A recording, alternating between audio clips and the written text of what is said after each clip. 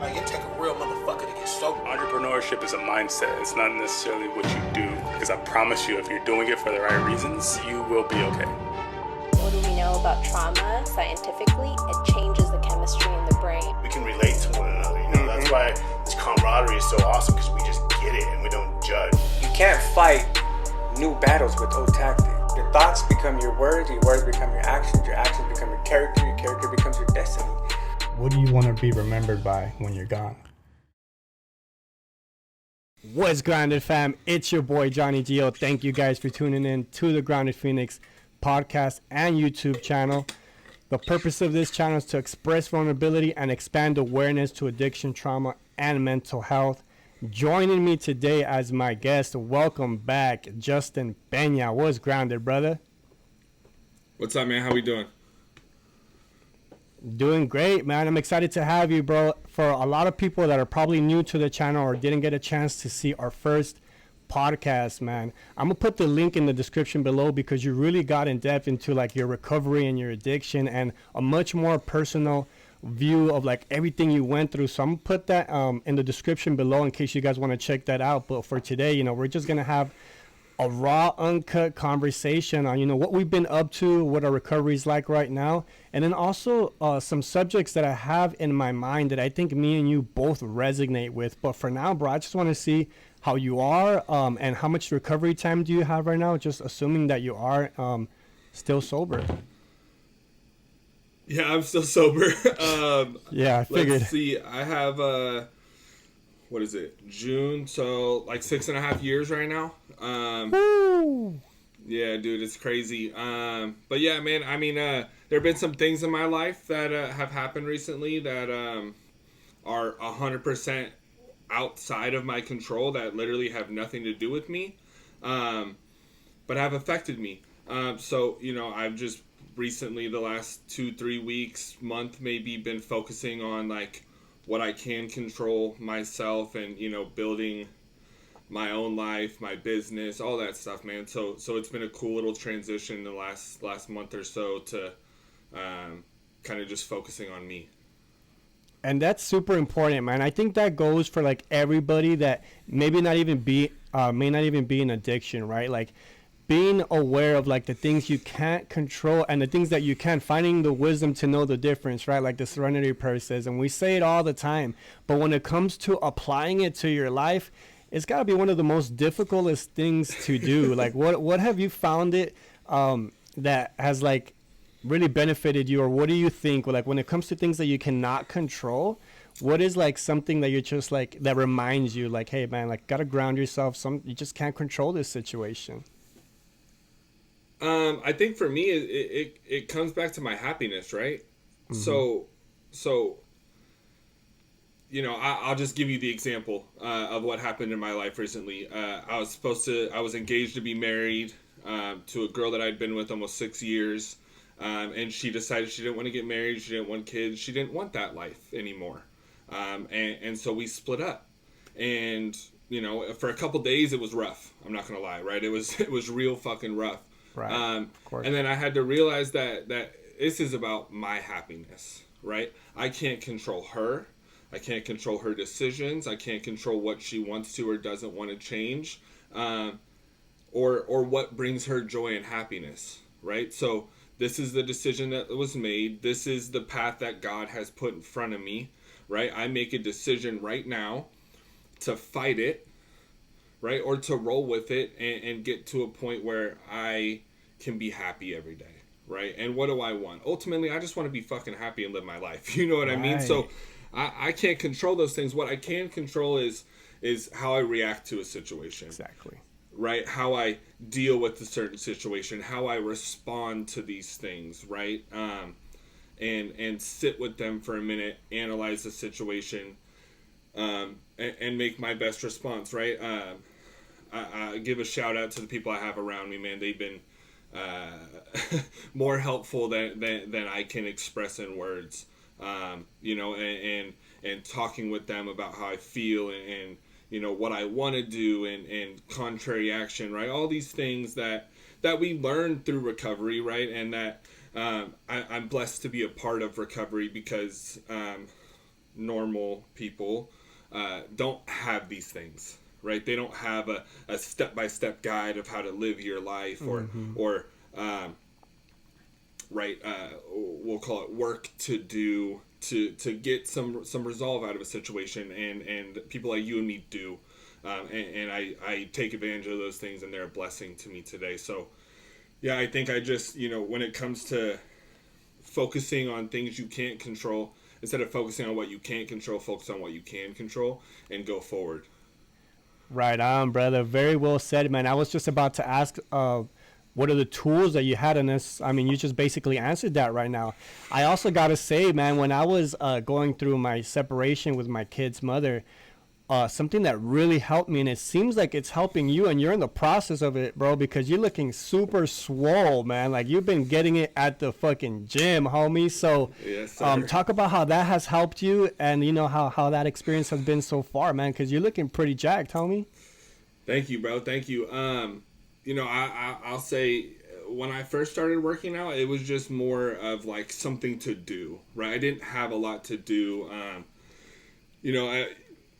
You get sober, and it's like my whole life when I was using was revolved around drugs and alcohol, and how I could get more drugs and alcohol, right? That's all I cared about. Right. So, Right. getting sober and kind of trying to find these hobbies to do, it was weird. I'm a huge golfer, so I golfed a lot, but I can't golf after work at 6 o'clock on a Thursday. You know what I mean? That's not an option. So, recently, the last maybe year, the gym has become therapy for me, right? Where I can go, I can be that dude in the gym with my hood up and my headphones on and just zone in, right? I can go there for an hour and a half, 2 hours. This is not good for your body by any means, but sometimes I'll spend 3 hours in there because it's what I need, and it's the only thing that I can tangibly tie to that helps me feel better, right? And helps me look a lot better, which is a great benefit of it too, man. Right.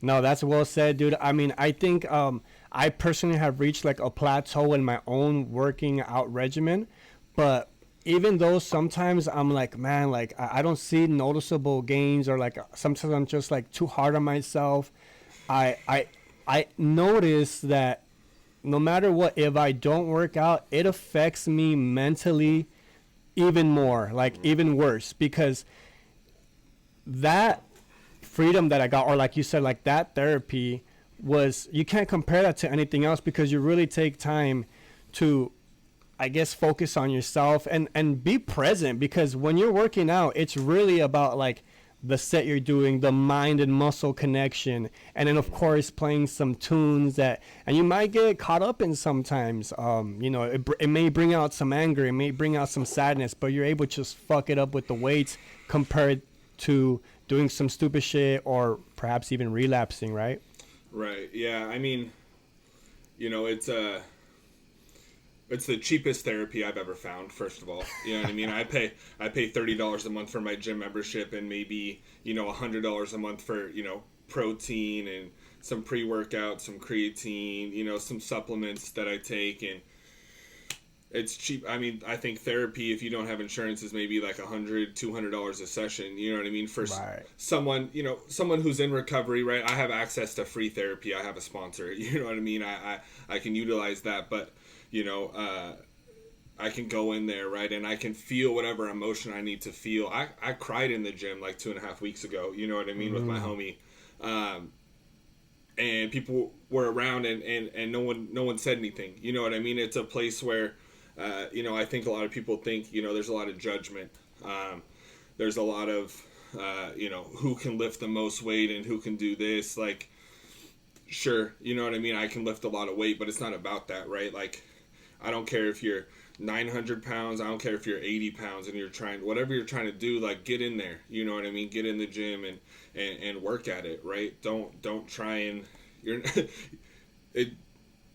I use it as comparative to like an AA meeting or a CA meeting or whatever 12-step meeting you go to, right? People are scared to say things in meetings because what are you going to think about me, right? People are selfish as in their nature, right? when I leave a meeting, I don't ever think about what someone just said, right? I don't ever think like, oh, that person said they want to kill somebody. I'm not thinking about that, right? I'm selfish, right? I'm thinking about myself when I leave. I'm gonna go get food. I'm gonna go hang out with this person. Same thing at the gym, right? I don't care if I just watched you pick up 10-pound dumbbells or 115-pound dumbbells. I'm just waiting for you to be done so I can do my set. So hurry up. You know what I mean? That's it's not a judgment thing. You know what I mean? There is that out there, but you know, for me, it's cool to see people in there, man, just trying to better themselves daily. That's what it's about. Yeah, I think that's exactly what it is. It's just improving on whether your body or your mental health or your addiction or just overall as a person, you know, self-developing. Another thing I want to talk about now that I'm in the CCAP Academy, you might be able to give me some dope-ass pointers because from what I know, you're still working in treatment. Yeah, man. I'm still working in treatment. Still, it's once you're in it, man, it's hard to leave. You know what I mean, for multiple reasons. But I love working with drug addicts, right? Whether it be a client or my coworkers, right? I love being surrounded by drug addicts and alcoholics all the time, every day, because bro, we're fucking dope people. You know what I mean? We're fucking really cool people. And so it's such a fun place and thing to be tied into. Right. Do you think that working in treatment is for everybody? No. No, not at all. It's for lack of a better word, it's a grim work environment, right? It's you see people come in, man, and it's not kids aren't shooting heroin anymore, right? Kids aren't smoking heroin. They're shooting fentanyl, right? They're smoking fentanyl and they don't know how much is in what or whatever. So, man, like, I've had a lot of clients die recently. And it's a messed up thing, right? And not everyone can handle that, right? Not everyone has the ability to sit and talk with somebody, and keep a cool, calm composure, right? It's just not for everybody. But I think, if you're in recovery and you have a passion for this, you should definitely give it a try because, you might be, that person that this is what you do and this is your passion and you know what I mean? For me, it's not about money, right? Right. I lost the fear of financial insecurity a long time ago, right? I've had a lot of money. I've had no money. I find something you do and you'll never work a day in your life. I don't necessarily, find something you love and you'll never work a day in your life. I don't necessarily buy into that, but I will say that, like, I love what I do for a living right now. And I don't make a shit ton of money, but I make what I need. You know what I mean? And I get to reach a lot of people on a daily basis, whether it be a client or a coworker, right? And I love that about it. Right. Getting those spiritual dollars as well, right? Yeah, exactly. So one thing that we're touching up on right now in my class, in my module for the CCAP Academy, is mat services and how controversial it can be for some people that not necessarily like that route. But I'm going to say my opinion first, and then you can speak on your opinion. And by the way, we don't always have to agree on things. There's a lot of point of views, doesn't make it right or wrong. It's just based on like your experiences. Like you said, we are selfish people. So, we have our own biases and stuff. And I think this is also a great way for us to maybe find a mid ground too, by having conversations like this, if per se we don't agree. I don't know. But you just said, like there's like, people aren't shooting heroin anymore. They're shooting up fentanyl and you don't even know what's in there. So, in my opinion, I think that like mat services can help because back then there wasn't this fentanyl, right? And now there is, and people are dying. And that's the fact of the matter is like people are dying. So before we can even get them to think about fucking getting sober, we need to keep them alive. And that's just my opinion. I don't know too much about it, and I don't have much experience at all actually in treatment, but I do have experience from speaking to people and friends and family members that have been through things. So that's just my take on it, bro. What's your take? So I've been on Matt before. I've been on Suboxone. I've been on methadone. I've been on naltrexone. I've gotten the Vivitrol shot. Right. I'm a heroin addict, so I use all the Matt I've been on have been opiate blocker, Suboxone type things. For me, they didn't help. Right, and that's just me. Right.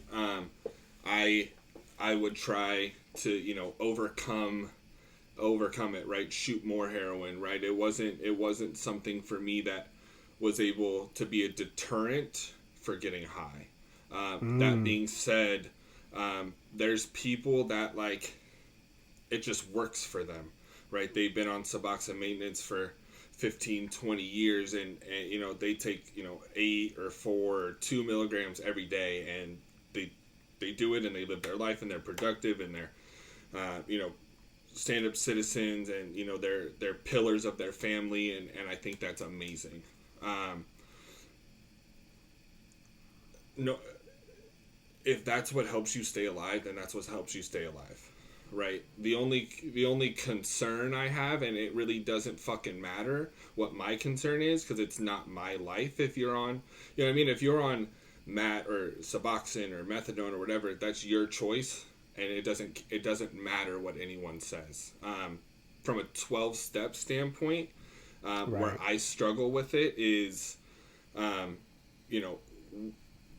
12 steps suggest entire abstinence.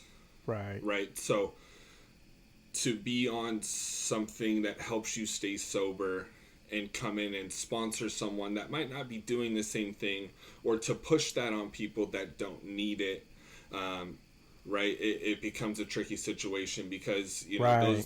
those things do build up in your body, right? It is somewhat of a substance, right? It may not be mood or mind altering in the sense that it might not fuck you up because it's a maintenance dose, but right, some people might come off that eventually, and what's that gonna look like, right? There's a lot of things long term that come from it that when you're on maintenance, long term there might be some things. So to summarize all that up, it doesn't matter, right? Right. If that's what keeps you alive, if that's what keeps you being a productive member of society, or fuck being a productive member of society, if that's what keeps you alive and your family and being someone that people can rely on, then that's cool, bro. As long as people aren't Right. dying for no reason, I don't really give a fuck.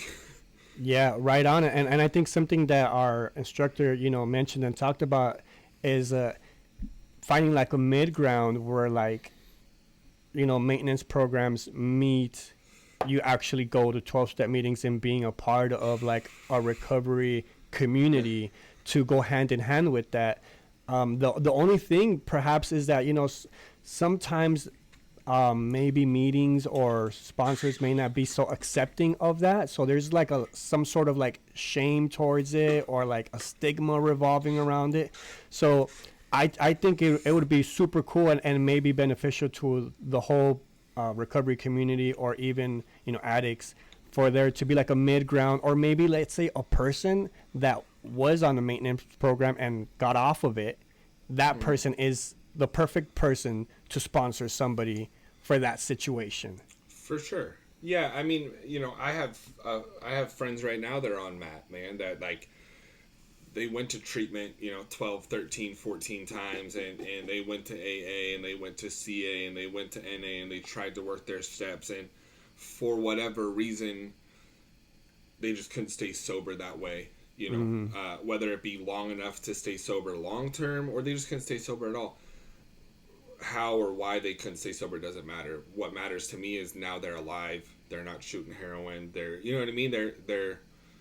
they're living their life, bro, and They're improving, and their overall life. I don't care, right? That. Why does it matter? You know what I mean? Why does it matter if it's Matt that keeps them sober? If it's the 12 steps, there's not one way to get and stay sober. I know you and me didn't get sober the same way, right? I know we don't stay sober the same way, right? But we're both sober. Exactly. Right, and that's really, at the end of the day, what matters. Man, I love you, bro. Straight up, man. I got so much love for you, dog. I love you, dude. Yo, so I think a part of why, like, me and you, even though we don't speak as often, and I feel like we are or we should be more so, is because we've gone through something that you shared the first time, and you're pretty open about it, and if you'd like to talk about it, it's cool. If not, then just let me know. Which is sexual assault as kids, and the things that I've been through that I was just like, man, like I resonate with this guy and how he felt. I just want to talk about it a little bit. Is there anything that comes up now from that event, from those situations that have affected your life, and like what do you do to kind of like overcome those feelings, those thoughts, and etc.? There's nothing that really comes up now, per se, right? I'm with my trauma, whether it be the sexual trauma or the emotional trauma that I had growing up. I choose the humor side to things. That's just how I am. I make light of the situation, right? That's just how I am personally, right? Because and I can do that because I've done work on it, right? I haven't been to therapy per se, but I've done some work in AA around it, and gotten to a place where, right, kind of like we started off with, that was out of my control. Right, there was nothing I could have done. Right, some people that I trusted in my life put me in a position where that happened. Right, we can get in, as my dad would say, we can make it as colorful as we want to.